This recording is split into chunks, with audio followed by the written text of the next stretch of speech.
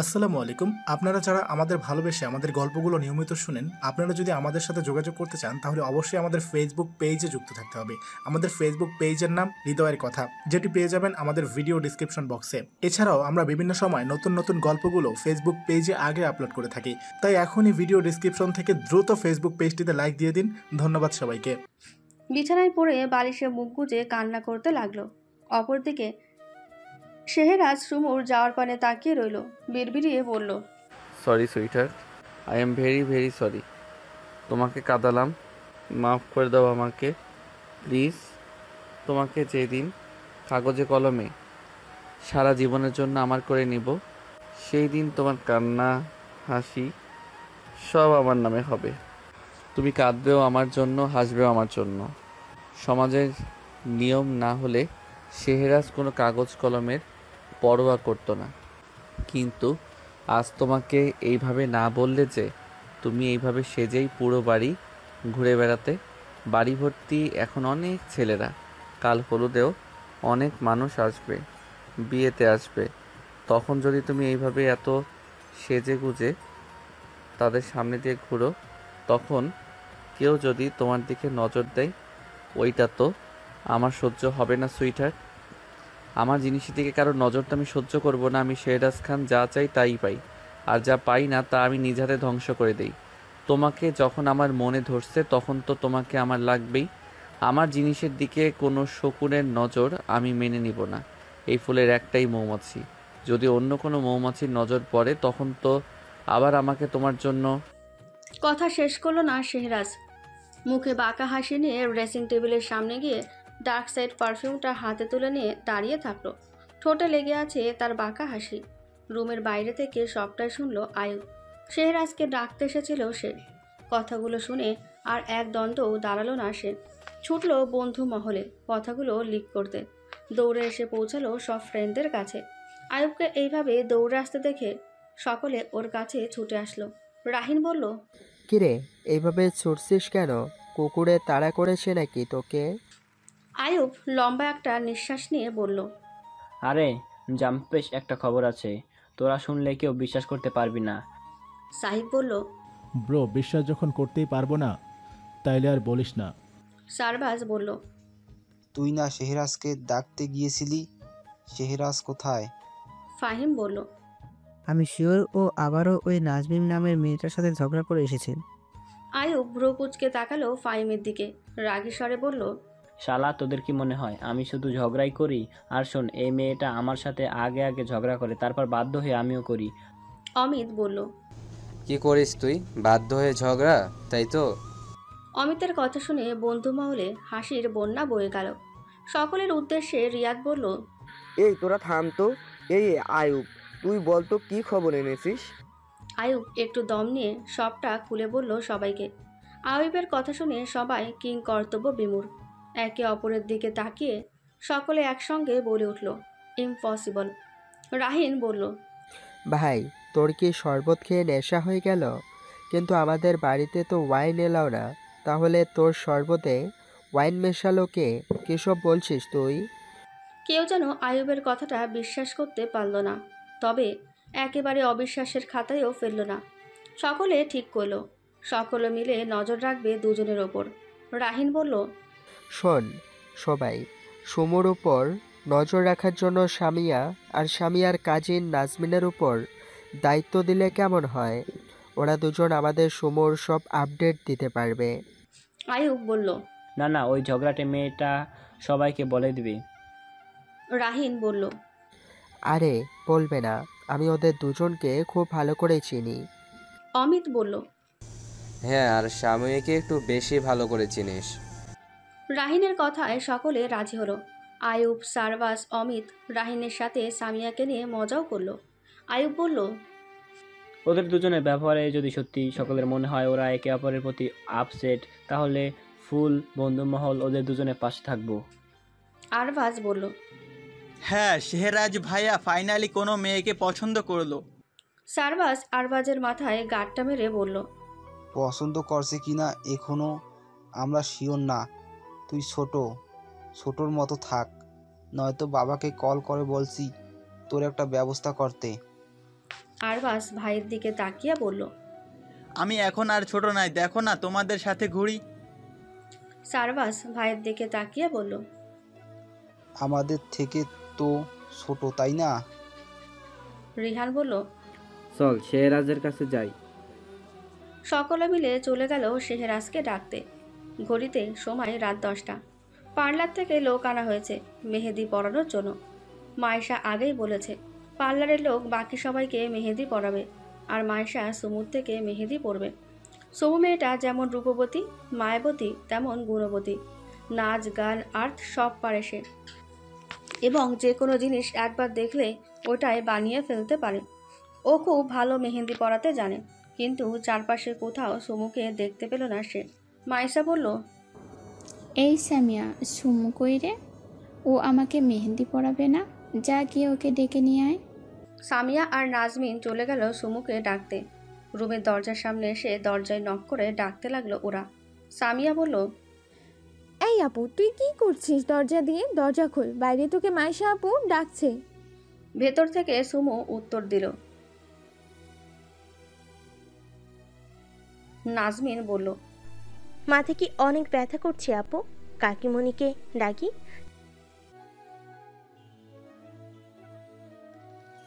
সামিয়া বলল। তাহলে মাইশা আপুকে গিয়ে বলি পার্লারের লোক দিয়ে মেহেদি পড়তে।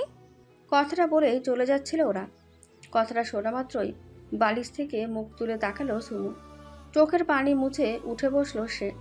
সামিয়া আর নাজমিনের উদ্দেশ্যে বলল। নাজমিন বলল। কিন্তু তুমি না বলে মাথা ব্যথা করছে। হ্যাঁ করছে, তবে মাইশা আপুকে আমি কথা দিয়েছি, আমার কথা আমি রাখবো। আমি 5 মিনিটে আসছি। সামিয়ারা চলে গেল। সুমু বিছানা ছেড়ে উঠে জামা কাপড় নিয়ে চলে গেল ফ্রেশ হতে। 5 মিনিটের মাথায় ফ্রেশ হয়ে এসে ড্রেসিং টেবিলের সামনে গিয়ে দাঁড়ালো। কান্নার ফলে চোখ মুখ ফুলে গেছে। চুলটা কোনো রকমে হাত ক্লিপ দিয়ে আটকে চলে গেল ড্রয়িং রুমের উদ্দেশ্যে। ড্রয়িং রুমের মেঝেতে সকলে গোল হয়ে বসে আছে। মেঝেতে বসার জন্য খুব সুন্দর করে সাজানো হয়েছে, আর আত্মীয়দের বসার জন্য চেয়ার পেতে দেওয়া হয়েছে। মোটা নরম তোষক ফেলে চাদর পেতে দেওয়া হয়েছে মেঝেতে বসার জন্য। মায়েশাকে মাঝে বসে সকলে ওর চারপাশে বসে আছে। মায়েশার সামনে বড় পিতলের থালা করে গোলাপের পাপড়ির ওপর মেহেদি গোল করে সাজিয়ে রাখা হয়েছে। সুমু এসে বসলো মায়েশার পাশে। মায়েশা বলল। তোর নাকি মাথা ব্যথা করছিল, তাহলে তুই রেস্ট নিতি, উঠে কেন আসতে গেলি বলতো? কান্না করে তো চোখ মুখ ফুলিয়ে ফেলেছিস। এখন অনেকটা কম আপু, আমার কোনো সমস্যা হবে না। তাছাড়া তোমাকে মেহেদি পরিয়ে দেওয়ার দায়িত্ব আমি নিয়েছিলাম, আমার দায়িত্ব তো আমাকে পালন করতে হবে। মায়েশা সুমুকে জড়িয়ে ধরে বলল। ওরে আমার পাকনি বুড়ি রে, দায়িত্ব পালন করা শিখে গেছে বুড়িটা। মায়েশার কথা শুনে সকলে উচ্চস্বরে হেসে উঠল। সামিয়া বলল। আপু তুমি চেঞ্জ কেন করছো? তোমাকে কত সুন্দর লাগছিল। সমু মনের সব কষ্টকে বুকের মধ্যে চাপা দিয়ে রেখে বলল। এমনি ঘুমাবো বলে চেঞ্জ করেছিলাম। মায়েশা বলল। থাক না, ও এমনিতেও অনেক মিষ্টি, ওকে না সাজালেও অনেক মিষ্টি লাগে। দূর থেকে দাঁড়িয়ে সবটা দেখলো শেহরাজ। মনে মনে আওড়ালো। কিছু শকুনের নজর থেকে তোমাকে সরানোর জন্য যদি তোমার চোখ থেকে পানি ফেলতে হয়, তাহলে এমন পানি আমি তোমার চোখ থেকে বারবার ফেলতে রাজি আছি। শুরু হলো মেহেন্দির অনুষ্ঠান। সুমু মায়েশার হাতে মেহেন্দি পরিয়ে দিচ্ছে। সব মেয়েরা মিলে গ্রুপে মেহেন্দি হে নাচনেবালি গানে ডান্স করার সিদ্ধান্ত নিল। ইফতিয়া, সামিয়া, রায়শা, মাহি, তিশা, নাজমিন, রায়শার বেস্ট ফ্রেন্ড প্রিয়া সকলে মিলে নাচবে। সুমুকে অনেকবার ডাকলো সবাই। মাথা ব্যথার বাহানা দিয়ে বসে রইল সে। আনোয়ার সাহেব, শামীম সাহেব, ইফতিয়াক সাহেব, রিয়াদ সাহেব একসাথে বসে খোশ গল্পে মেতেছে। মিনা বেগম, হাসি বেগম, খুশি বেগম সকলকে শরবত পকোড়া দিচ্ছেন। শেহরাজও তার সব ফ্রেন্ডরা একসাথে চেয়ারে বসে আছে। শুরু হলো নাচ। সকলে নাচ দেখতে ব্যস্ত হলেও শেহরাজের চোখ তার প্রেয়সীতে আটকে আছে, যে এখন প্রচণ্ড অভিমান নিয়ে বসে আছে। এতটাই অভিমান করেছে যে একবার তাকায়নি পর্যন্ত তার দিকে। তার থেকে শেহরাজের বন্ধুরা ঠোঁট টিপে হাসছে। শেহরাজ ব্যাপারটা বুঝতে পেরে পকেট থেকে ফোনটা বের করে সোশ্যাল মিডিয়াতে স্ক্রল করতে লাগলো। ইনস্টাগ্রামে ঢুকে বাইক রাইডের ভিডিও পোস্ট করে ক্যাপশনে লিখলো, new country, new city, new memories, new videos, new people with a new strange feelings. I really don't know what this strange feelings is called. Post করার সাথে সাথে কমেন্ট আর রিয়াক্টে ঢল পড়ে গেল। শেহরাজ কমেন্টগুলোকে ইগনোর করলো। কারো কমেন্টের উত্তর দেওয়ার প্রয়োজন মনে করলো না। নাচ শেষ হবার সাথে সাথেই সকলে একসাথে হাততালি দিল। শেহরাজের বন্ধুরা শেহরাজকে গান গাওয়ার জন্য বলল, কিন্তু কেউ রাজি করাতে পারল না তাকে। মায়েশা বলল, একটা গান প্লিজ ভাইয়া। মায়েশার কথা শুনে শেহরাজ বলল, সরি ছোট বোন, আজ না, কাল হলুদের অনুষ্ঠানে তোমার কথা আমি রাখবো। সুমু শুধু কান খাড়া করে শুনল কথাগুলো। মানুষটার দিকে একবারও মাথা তুলে তাকালো না। বড্ড বেশি কষ্ট পেয়েছে সে। একরাশ অভিমান বুকের মধ্যে জমা বেঁধে আছে তার। মনে মনে পণ করেছে আর কথা বলবে না ওই মানুষটার সাথে, আর না চা কফি দিতে যাবে। গোল্লায় যাক ডায়েরি, যতদিন এই বাড়িতে আছে পড়বে না ওই মানুষটার সামনে। পারলে বিয়ের পরের দিনই চলে যাবে এই বাড়ি থেকে। মা বাবা না গেলে সে একাই চলে যাবে। আবারও সকলে মিলে সিদ্ধান্ত নিল ডান্স করবে, তবে এইবার কাপল ডান্স। সকলকে যার যার পার্টনার বেছে নিতে বলা হলো। এইবার উঠল শেহরাজের ফ্রেন্ডরা। সামিয়ার সাথে নাচবে রাহিন। আয়ুব নাজমিনের কাছে গিয়ে হাতটা বাড়িয়ে দিয়ে বলল, hey pretty girl, dance with me. Nazmin মুখ ভেঙিয়ে বলল, প্রয়োজনে কলা গাছের সাথে ডান্স করব। কলা গাছও আপনার থেকে বেটার, তবু আপনার মতো ঝগড়ুটে পুরুষের সাথে ডান্স করব না। আয়ুব বলল, তুমি আমার সাথে কলা গাছের তুলনা করছো মেয়ে? তুমি জানো কত মেয়েরা আমার সাথে একটা পিক তোলার জন্য পাগল, আর সেই তুমি ডান্স করার সুযোগ পাচ্ছ। তোমার তো খুশিতে পয়জন খেয়ে সেলিব্রেট করা উচিত, আর সেইখানে তুমি রিজেক্ট করছো। ভেবে দেখো, এই সুযোগ সীমিত সময়ের জন্য। রাজি থাকলে হ্যাঁ বলো, রাজি না থাকলেও হ্যাঁ বলো। নাজমিন উঠে চলে যাচ্ছিল। মায়েশা বলল, যাও না নাজমিন, ভাইয়া এত করে যখন বলছে। কিন্তু আপু। যাও তো, বড়দের কথা শুনতে হয়, যাও। নাজমিন আয়ুবের দিকে কপাল কুঁচকে তাকিয়ে আয়ুবের হাতে হাত রাখলো। আয়ুব ভীষণ খুশি হলো। প্রথম দিনের ধাক্কাতেই এই শ্যামকন্যা তার মনে জায়গা করে নিয়েছিল। রাহিন ঠিকই বলেছিল, সত্যি বাংলাদেশের মেয়েগুলো মায়াবতী। তার মনের সাথে সাথে তার ওই অনুভূতিহীন বন্ধুটার মনেও জায়গা করে নিল এক নারী। সকলে যার যার পার্টনার বেছে নিল। ইফতিয়া উঠে চলল শেহরাজের দিকে। ইফতিয়াকে আসতে দেখে শেহরাজ ফোনে কথা বলার ভান করে চেয়ার ছেড়ে উঠে বাহিরে চলে গেল। ইফতিয়া আর রাইসা নামের মেয়েটাকে প্রথম দিন থেকে ভালো লাগে না শেহরাজের। হ্যাবলার মতো তাকিয়ে হাসতে থাকে। আর এই ইফতিয়া মেয়েটা তো বড্ড গায়ে পড়া। ব্যাচেলার পার্টির রাতে সেলফি তুলতে এসে কীভাবে গায়ের ওপর পড়ছিল। একে তো বিয়ে বাড়ি, তার উপর রাহিনের আপন আর ফুফাতো বোন বলে কিছু বলেনি সে। কিন্তু নেক্সট টাইম এমন কিছু করতে আসলে চড়িয়ে সিধে করে দেবে সে। তখন আর কোনো ফ্রেন্ডের বোন মানবে না সে। সেদিনই চর মেরে উচিত শিক্ষা দিয়ে দিত। শেহরাজ খান এমনিতেই কারো পরোয়া করে না, শুধু রাহিনের জন্য সেদিন কিছু বলেনি। শেহরাজের বন্ধুগুলো সব হেসে ফেলল। আয়ুব সারভাজের কাঁধে হাত রেখে বলল, এইভাবে কাউকে ইগনোর আর ইনসাল্ট করা এসকের পক্ষেই সম্ভব। সুমু আর মুখ ভার করে রাখতে পারল না। এমন কাণ্ড দেখে সেও নিঃশব্দে হেসে ফেলল। অপমানে আর সকলের হাসি দেখে গা জ্বলে উঠল ইফতিয়ার। রাগে বিড়বিড় করতে করতে চলে এলো সে। মনে মনে বলল, এই অপমানের বদলা আমি নিবই শেহরাজ, তোমাকে আমি আমার করেই ছাড়ব। সুমুর দিকে তাকিয়ে বলল, আমাকে অপদস্থ হতে দেখে তোর খুব হাসি পাচ্ছে তাই না সুমু? তোর এই হাসির মাসুল তোর চোখের পানি দিয়ে তুলব আমি। দেখ শুধু তুই, তোর সাথে আমি কি কি করি। কাপল ডান্স শুরু হলো। সকলে মিলে ডান্স উপভোগ করলো। ডান্স শেষে বাকিরাও মেহেন্দি পরে নিল, শুধু সুমু ছাড়া। নাচ গানের ফলে মাথা ব্যথা বেড়েছে বলে ওপরে চলে গেল। রাত 1টায় অনুষ্ঠান শেষ হলো। সকলে রাতের খাবার খেয়ে নিল, শুধু খেলো না সুমু। সে ঘুমের ভান ধরে রুমে পড়ে রইল। খাওয়া দাওয়া শেষে আয়ুব সোশ্যাল মিডিয়াতে ঢুকে শেহরাজের পোস্টটা দেখল। বন্ধুমহলের সবাইকে দেখালো। সকলের বুঝতে পারল আয়ুবের তখনও বলা কথাগুলো সব সত্যি। রাহিন, সামিয়া আর নাজমিনকে সাইডে নিয়ে গিয়ে সবটা বুঝিয়ে বলল। ভালো করে নজর রাখতে বলল সুমুর ওপর। যা আপডেট পাবে সাথে সাথে ওদের জানাতে বলল। হাতের কাছে না পেলে ফোনে টেক্সট করে জানাতে বলল।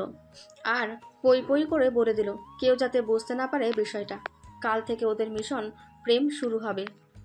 পুরো বাড়ি আলো নিভানো, অন্ধকারে ছেয়ে আছে পুরো বাড়ি। চারপাশ একদম নিঃসুপ। বাড়ির সকলে ঘুমের রাজ্যে বাড়ি জমিয়েছে। সুমু প্রচণ্ড কান্নার ফলে অনুষ্ঠান শেষ হবার আগেই রুমে এসে পেনকিলার আর স্লিপিং পিল খেয়ে ঘুমিয়েছে। ইফতিয়া, সামিয়া, নাজমিন, রাইসা, সুমু, মাইশা সকলে একই রুমে শুয়েছে। সকলেই অনেক ক্লান্ত, তাই ঘুমে বিভোর। শুধু ঘুমায়নি ইফতিয়া। তখনের অপমান কিছুতেই বলতে পারছে না সে। কিভাবে প্রতিশোধ নেবে সেই প্ল্যান করতে ব্যস্ত সে। হঠাৎ সুমুর ফোনের SMS এর নোটিফিকেশনের শব্দ আসলো ইফতিয়ার কানে। কৌতূহলবশত ফোনটা হাতে নিল ইফতিয়া। স্ক্রিনের ওপর শেহরাজ খানের নামটা দেখে চমকে উঠল ইফতিয়া। বিড়বিড়িয়ে বলল, ও তাহলে এই ব্যাপার, এই অসভ্য গাইয়া ফকিন্নি মেয়েটা আমার শেহরাজের সাথে কনভারসেশন চালায়, সোশ্যাল মিডিয়াতে কথা হয় ওদের, আর সবার সামনে এমন একটা ভাব করে যেন কোনো ছেলের দিকে তাকাই না। নিশ্চয়ই এই সুমু আমার শেহরাজকে ডিস্টার্ব করে। আচ্ছা, ও ভাবলো কি করে চারপাশে আমার মতো স্মার্ট মেয়ে থাকতে শেহরাজ ওর মতো একটা গেঁয়ো মেয়েকে পাত্তা দেবে? শুধু রূপ থাকলেই হয় না, শেহরাজকে নিজের করে পেতে হলে স্মার্টনেস বেশি প্রয়োজন।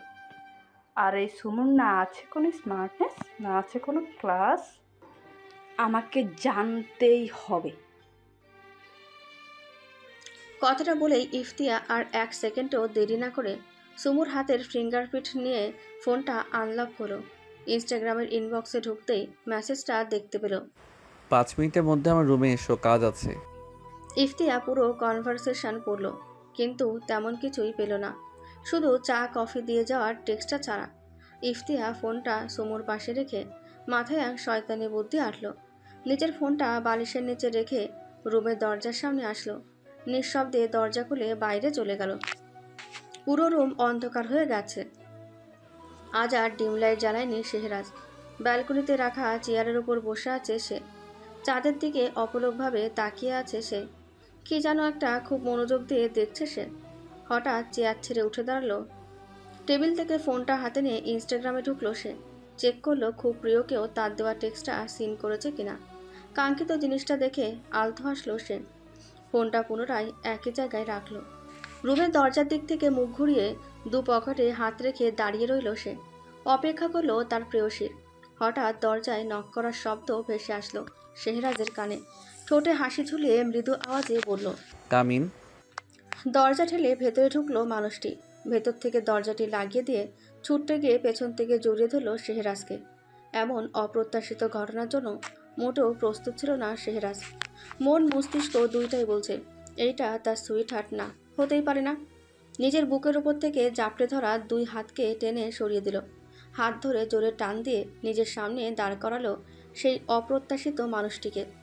টানের এতটাই জোর ছিল যে ইফতিয়া পড়ে যাচ্ছিল। নিজেকে কোনো মতে পড়া থেকে বাঁচিয়ে সোজা হয়ে দাঁড়ালো। মুখে তার লেগে আছে এখনও আলতো হাসি। চাঁদের আলোয় স্পষ্ট দেখা যাচ্ছে ইফতিয়ার মুখ। একে তো অসভ্যের মতন এমন জঘন্য একটা কাজ করেছে, তার উপরে নির্লজ্জের মতন হাসছে। চোখের সামনে ইফতিয়ার মুখ আর কিছুক্ষণ আগের ঘটনা মনে পড়তেই রাগ হানা দিল শেহরাজের শরীরে। কপালের আর পেশিপৌর হাতের সমস্ত শিরা উপশিরা ফুলে উঠেছে তার। রক্তচক্ষু নিয়ে তাকিয়ে আছে ইফতিয়ার দিকে। শরীরের সর্বশক্তি দিয়ে কষিয়ে এক চর মারল ইফতিয়াকে। চরের তাল সামলাতে না পেরে মেঝেতে ছিটকে পড়ল ইফতিয়া। ব্যথায় সারা মুখ জ্বলে যাচ্ছে তার। মাথা ঝিম ধরে গেছে। চোখের পানি ফোটায় ফোটায় মেঝেতে পড়ছে। মুহূর্তের মাঝেই গাল ফুলে লাল হয়ে গেছে। রাগের ফলে শেহরাজের শরীর কাঁপছে। ইচ্ছে করছে চোখের সামনে থাকা নোংরা মেয়েটাকে রুমে থাকা গানটা দিয়ে শ্যুট করে দিতে। গানের প্রতিটা বুলেট এক এক করে পুশ করতে এই অসভ্য মেয়েটার শরীরে। নিজের সেফটি আর সকলের অজানা প্রফেশনাল লাইফের জন্য এই গান ব্যবহার করে সে। ইফতিয়ার দিকে তাকিয়ে রাগান্বিত সুরে বলল, you dirty girl, how dare you touch me? Thousands of prettier girls than you are waiting to share a bed with me. I have no interest in those girls. I have no interest in those girls. There you are not ability to be the servant of my house servant. My house servant also have a class. Shehraz Khan doesn't have cheap time to fuck a characterless girl like you. Shehraz Khan is not interested in anything that is cheap and easily available. একটু থেমে আবারও বলল, তোমার এই স্পর্শে আমার শরীর অপবিত্র হয়েছে। ঘৃণা হচ্ছে আমার এখন নিজের প্রতি। এই মুহূর্তে এই রুম থেকে বেরিয়ে যাও। আর ভবিষ্যতে কোনোদিন এমন কিছু করার সাহস দেখালে তোমার এমন হাল করব, সেই দিন তুমি কেন তোমার জন্মদাত্রী মাও তোমায় চিনতে পারবে না। আমার হাসি খুশি ফেসটা দেখেছো? হাসির আড়ালের মানুষটিকে টেনে বের করো না। সেই মানুষটি বেরোলে তোমার জন্য খুব একটা ভালো হবে না। Leave this room right now. একটু থেমে আবারও উচ্চস্বরে বলল, আউট। ধমকে কেঁপে উঠল ইফতিয়া। চোখের পানি মুছে উঠে দাঁড়ালো। শেহরাজের দিকে এক পলক তাকিয়ে দৌড়ে রুমের দরজা খুলে বেরিয়ে গেল। রুমে এসে ফোনটা নিয়ে খুশি বেগমকে কল করলো। খুশি বেগম ঘুম ঘুম চোখে বিরক্তির সাথে কল রিসিভ করলো। হ্যালো বলার আগেই অপর পাশ থেকে মেয়ের কান্না শুনে ধরফরিয়ে উঠল। খুশি বেগম বললেন, ইফতিয়া মা, কি হয়েছে তোর? তুই কাঁদছিস কেন? ইফতিয়া বলল, আম্মু তুমি এক্ষুনি আমার সাথে ছাদে দেখা করো। এক্ষুনি আসি মা। কথাটা বলেই কল কেটে দিলেন খুশি বেগম। বিছানা থেকে নেমে ছুটলেন মেয়ের সাথে দেখা করতে। শেহরাজ কিছুতেই নিজের রাগকে কন্ট্রোল করতে পারছে না। ইচ্ছে করছে সবকিছু ধ্বংস করে ফেলতে। রুমের মধ্যে সবকিছু এলোমেলো হয়ে আছে, দেখেই বোঝা যাচ্ছে রুমের উপর দিয়ে ঝড় গিয়েছে। পাক্কা 30 মিনিট ধরে এই শীতের মধ্যে শাওয়ার নিয়েছে সে। একটানা পানিতে ভিজেই গেছে রাগটাকে কন্ট্রোল করার জন্য। কিন্তু যতবার ওই ঘটনা মনে পড়ছে ততই রাগ বেড়ে যাচ্ছে। ফোনটা হাতে নিয়ে রাহিনকে কল করলো। 5 মিনিটের মাথায় রাহিন এসে হাজির হলো রুমে। রুমের অবস্থা দেখেই বুঝতে পারল সাংঘাতিক কিছু ঘটেছে, যার জন্য তার ফ্রেন্ড এমনভাবে কেঁপেছে। শেহরাজ সবসময় হাসি খুশি থাকা একটা ছেলে, কিন্তু একবার রেগে গেলে ঠিক কতটা ভয়ঙ্কর হতে পারে তার জলজান্ত প্রমাণ শেহরাজের সব ফ্রেন্ডরা। শেহরাজের সকল কর্মের সাক্ষী তারা।